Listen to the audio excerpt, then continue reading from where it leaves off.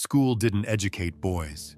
It domesticated them. It didn't just fail you. It trained you to be predictable. And if you're 25, 30, 35 and you feel stuck, tired, harmless, this is the diagnosis. This isn't about teachers. Some of them were great.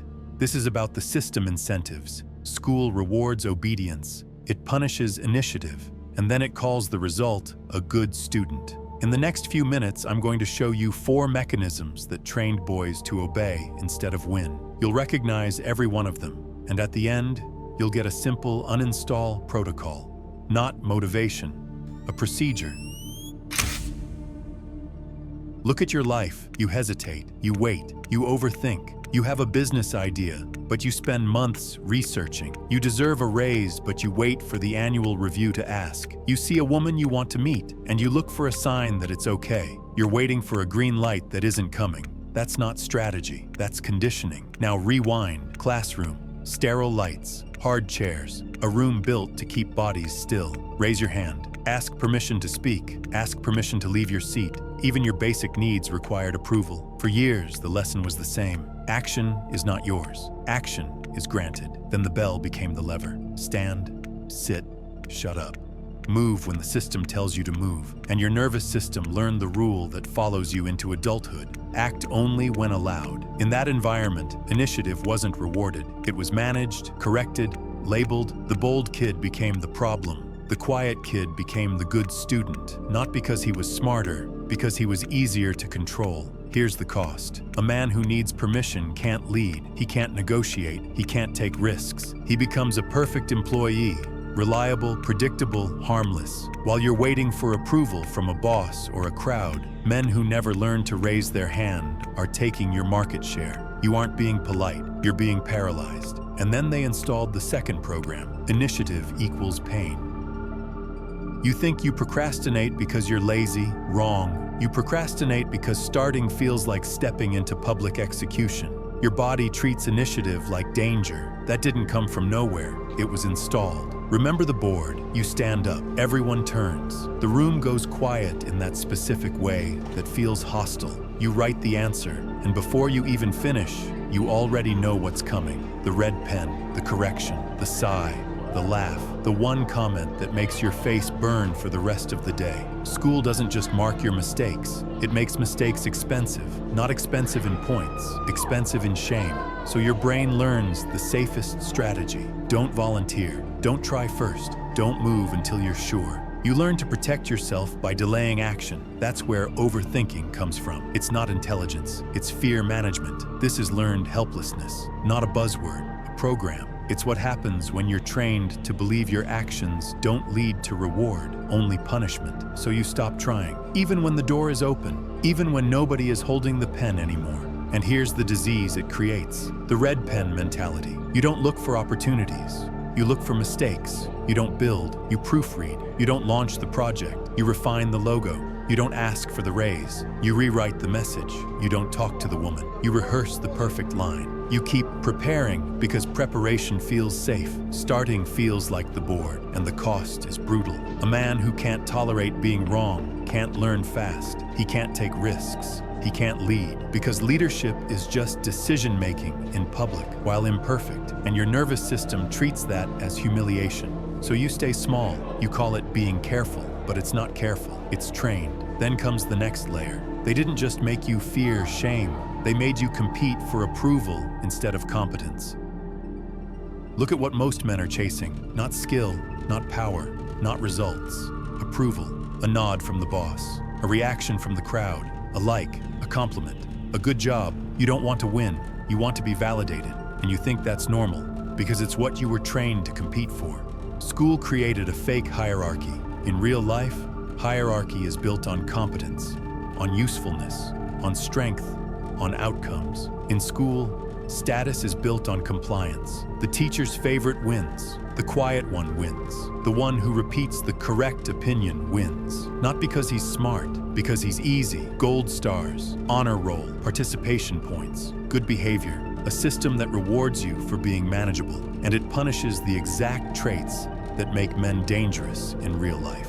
Curiosity becomes disrespect. Disagreement becomes attitude. Initiative becomes disruption. So you learn the safest strategy. Don't stand out. Don't challenge authority. Don't say what you see. Say what gets rewarded. Even the way you compete is fake. You're not competing for resources. You're competing for a pat on the head.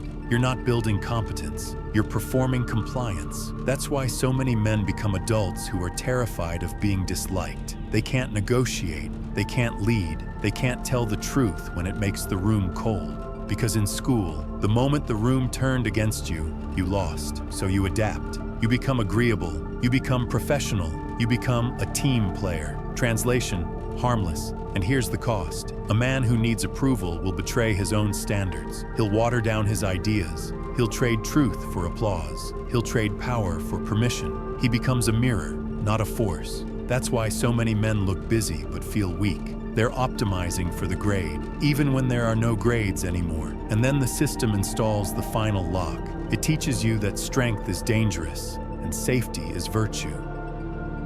Here's the final program, the one that seals everything.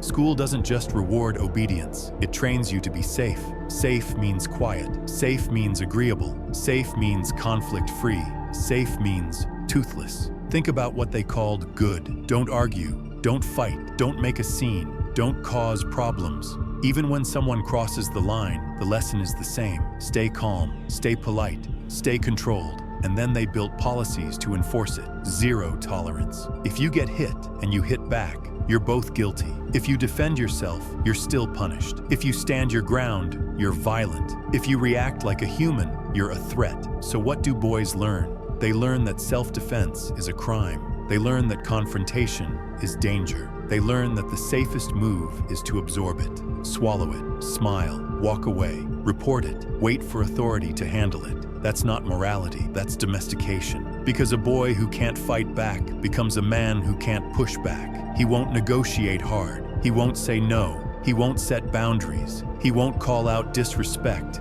He'll try to explain. He'll try to be understood. He'll try to keep the peace. And that's how you get the nice guy, not a kind man, a scared man with manners, a man who performs goodness because he learned that strength gets punished. That's why being nice feels like survival for so many men. It's not character, it's training, and the system sells it as virtue.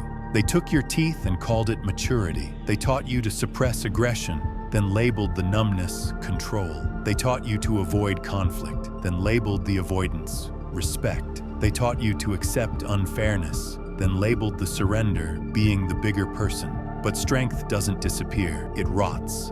Suppressed anger doesn't turn you into a saint, it turns you into something worse. Passive aggression, resentment, self-hate, quiet sabotage. Because when you're trained to be harmless, the only power you have left is indirect. And here's the cost. A safe man is easy to manage, easy to replace, easy to exploit. The system doesn't need strong men, it needs predictable men. Men who won't challenge the rules, men who won't risk social punishment, men who will obey, smile, and call it a stable life. That's the cage. And if you're hearing this and feeling angry, good. That anger is proof you still have teeth. Now you need to learn how to use them without becoming reckless. That's what the uninstall protocol is for. So what now? Not motivation, not affirmations, a procedure. Because you don't think your way out of conditioning. You retrain the nervous system. Here's the uninstall protocol. Step 1, deliberate failure. Once a day, do something small that risks rejection. Ask the question you're afraid will sound stupid. Send the message you keep rewriting. Make the offer. Pitch the idea. Take the shot. Let someone say no. Let someone ignore you. Let it sting. Then watch what happens. Nothing. You survive. That's the point. Step 2, daily initiative reps. 1 decision per day without asking anyone. No permission, no polling, no what do you think? Pick, act, move. Tiny decisions count. Initiative is a muscle. If you don't train it, you lose it. Step 3, controlled conflict. Once a week, practice disagreement on purpose. Say no without a paragraph. Hold eye contact. Don't smile to soften it. Don't negotiate your boundary. If someone pushes, don't explain. Repeat the line. Calm, direct, done. This is how you get your teeth back. Not by becoming violent, by becoming capable. Because a dangerous man isn't a man who hurts people. It's a man who can handle pressure without folding. School trained you to obey. Now you train yourself to act. And next, we go deeper. Because once you understand how they domesticated you, you'll see the mask you built to survive it. The good guy, the nice one, the harmless one, and why that mask eventually turns on you. That's the next episode.